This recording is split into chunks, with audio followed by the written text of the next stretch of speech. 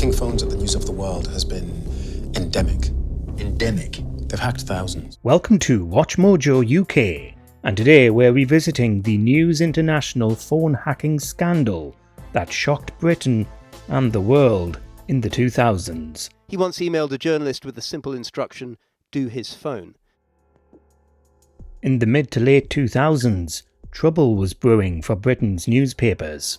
Since the 17th century, London's presses have been some of the most influential and most rarely censored papers in the world. It had undercover stings and a fake sheikh who was the real deal. Many condemned its style, but few dared ignore its influence. Freedom of the press has long been an ideal in Britain's news industry, with news outlets, especially the papers, rarely having to pull punches. But eventually, it started to become clear to people involved in the industry that perhaps the press had too much freedom, because they were committing crimes and invading people's privacy with no oversight. Essentially, Private Eye spends 2 pages a week attacking individuals and newspapers. Then to go to the PCT and to find all those people are deciding on your case, you tend to think you won't get a particularly fair hearing. The only press regulator in the 90s and 2000s was the Press Complaints Commission, a voluntary body run by the newspapers themselves, essentially giving the tabloids carte blanche to do whatever they wanted. And that was exactly what they did. What we now call the phone hacking scandal includes all sorts of other alleged unlawful activities by the papers.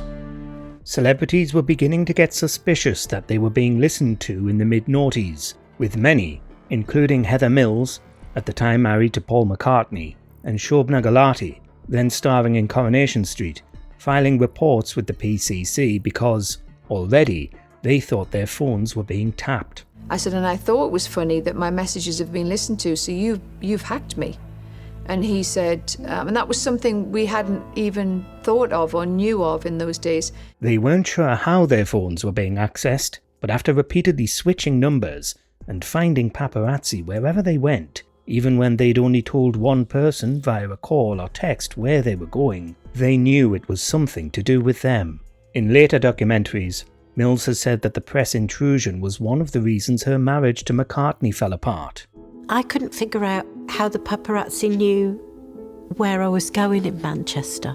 Gulati too said that the rampant press attention on their love life meant that they spent decades unable to have a long-term relationship with anybody because of the constant suspicion that somebody was talking to the press. They chased down any boyfriend I was seeing at the time, and I'm in my 30s, so I'm out there trying to find the one. Perhaps the most disturbing celebrity incident was when Sienna Miller became their prime target, with press pursuit of her culminating in investigators illegally obtaining her medical records, proving that she was pregnant right after breaking the story that her then partner, Jude Law, had had an affair. And then, of course, press knowing where I would be 8 times a week meant that I had no opportunity to disappear or hide. The royals, including Prince William and Prince Harry, also had their phones hacked years before the scandal finally became public knowledge. He revealed that back in 2005 and 6, he hacked Kate Middleton's phone 151 times.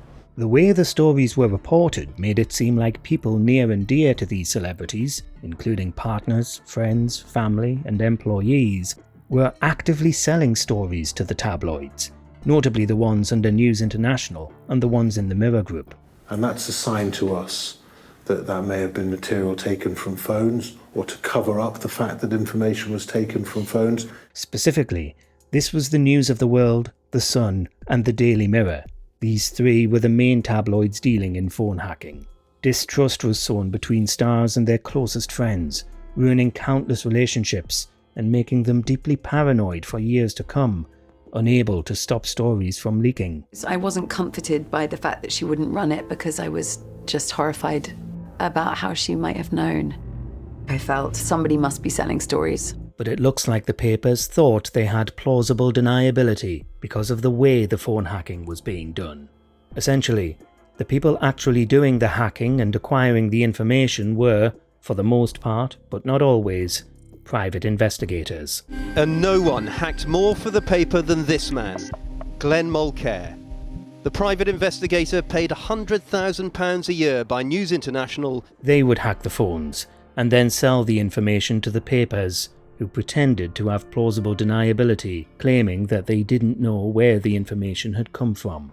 These investigators eventually rose to prominence as the scandal unfolded, most notable among them Glenn Mulcaire, who had hacked the phone of murdered schoolgirl Milly Dowler. And he was accused of being involved in the most notorious phone hack of them all, that of Milly Dowler's voicemails when she went missing 12 years ago. But interestingly, much of the story only began to break because of whistleblowers, including News of the World reporter Dan Evans, who was arrested but did admit to phone hacking and became a key witness in later prosecutions. His name, Dan Evans, an ex-News of the World reporter who'd been assured of a reduced sentence for his prolific hacking if he gave evidence for the prosecution. Other high-profile but non-celebrities who had their phones hacked included victims of the 7/7 bombings in 2005, Kate and Jerry McCann, and Baroness Doreen Lawrence, the mother of Stephen Lawrence, who was murdered in 1993.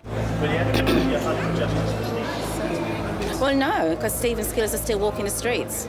In the case of Lawrence, she's now one of the claimants taking Associated Newspapers, owner of the Daily Mail, to court, along with Prince Harry, in a phone hacking case concerning a paper not part of News International nor the Mirror Group. 2011 was the year the chickens came home to roost for the tabloids. I also have to say that I failed. Finally, in July, the Metropolitan Police completed a phone hacking investigation that, for the first time, found enough evidence of phone hacking to take action against the papers.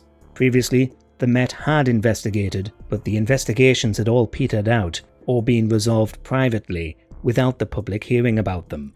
That contact was in fact a Ministry of Defence press officer who picked up her cash payments at branches of Thomas Cook in return for providing dozens of tip-offs for stories. This was despite years of journalism from The Guardian reporting on the brewing phone hacking scandal in the run-up to the Met's final successful investigation, dubbed Operation Wheating.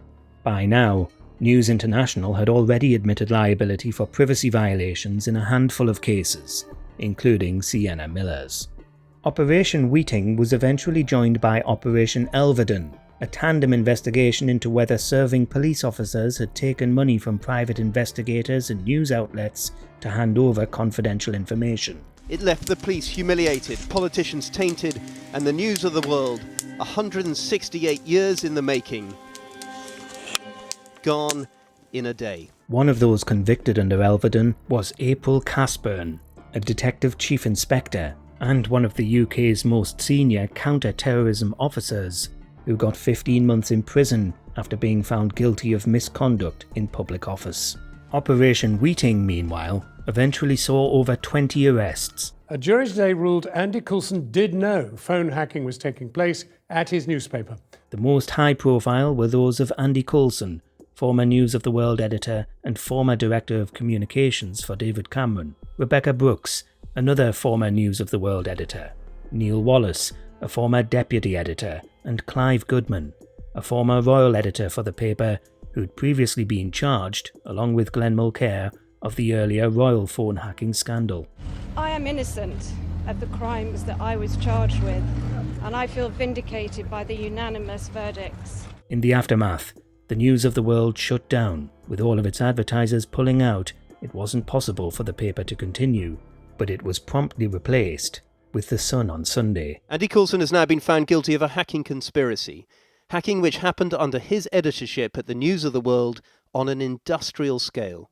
Evidence acquired by the police suggested that thousands of people may have had their phones hacked, since it wasn't just celebrities and people in the public eye, but also all the people around them, on the off chance that their phones would have something that could be sold as a story. Hello, it's Glenn. Glenn, how are you? Hello, mate. Just a very quick one. Voicemail reset on Gordon Taylor. Do not delete anything. If you're below a certain age, you might be wondering just how the phone hacking was done, since hacking into someone's phone in the 2020s is no mean feat. Back in the 90s and 2000s though, mobile phones were less sophisticated, and voicemails were easily accessible by these investigators through a technique called blagging. Which we say is a clear reference to unlawful information gathering, and that payment was authorised by the news editor. They'd ring up the phone company, give them a code word that tricked the operator into thinking they also worked there, and would then ask for a PIN reset on the voicemail box of the phone number they were trying to break into. I'll give you the network password Albatross. It is, thank you. Voicemail resets on the following number. Yep. It's 077 989. 989. They'd also use blagging to access confidential medical records, lying about who they were to practitioners. Some of the evidence that came to light included emails circulating between the papers and investigators with full details of celebrities' phone records, which there was no way to acquire legally. I take full responsibility for employing Andy Coulson. I did so on the basis of undertakings I was given by him about phone hacking, and those turn out not to be the case. Also in 2011, David Cameron launched the Leveson Inquiry to investigate the PCC, interviewing extremely high-profile figures in the media, including Piers Morgan, who was editor of The Mirror while phone hacking was going on. This is the news that the Leveson Inquiry has finally perked up at long last, and everyone is... finally perked up? There have been some notably excellent witness statements. He's always maintained that he didn't know anything about any phone hacking. The inquiry found that the Press Complaints Commission wasn't fit for purpose and urgently needed to be replaced with an independent press regulator. There was absolutely no respect shown for me as a grieving mother or as a human being, or for my daughter. It was replaced by the Independent Press Standards Organisation, or IPSO, but in 2024, a review found that IPSO was just as chummy with the newspaper owners as the PCC had been. But phone hacking still isn't out of the news cycle, thanks largely to one person, Prince Harry. In their opening argument, lawyers for Harry claiming that from his mother's death onwards, as a schoolboy, in the army, through to his life as a young adult, he was targeted by some Mirror Group journalists. In 2023, the Duke of Sussex won a landmark victory at trial against the Mirror Group. Previously, celebrities, including Sienna Miller and Steve Coogan, had been forced to settle their cases out of court because of the way the damages system works in England, with the papers often paying people hundreds of thousands of pounds to stop the cases from going to trial. Prince Harry, though, has more resources at his disposal and has been able to see these phone hacking claims to fruition. As this trial gets underway, Harry and the other claimants will in turn be called to give evidence. Harry was specifically alleging that his ex-girlfriend Chelsea Davies' phone had been hacked when they were seeing each other years ago. The case went in Prince Harry's direction, with a judge also ruling that it was clear that Piers Morgan did know about the phone hacking at the Mirror during his tenure. But in this case, the claimants' team alleged that over the course of 20 years at the Mirror, Sunday Mirror and Sunday People, unlawful information gathering was happening on an industrial scale.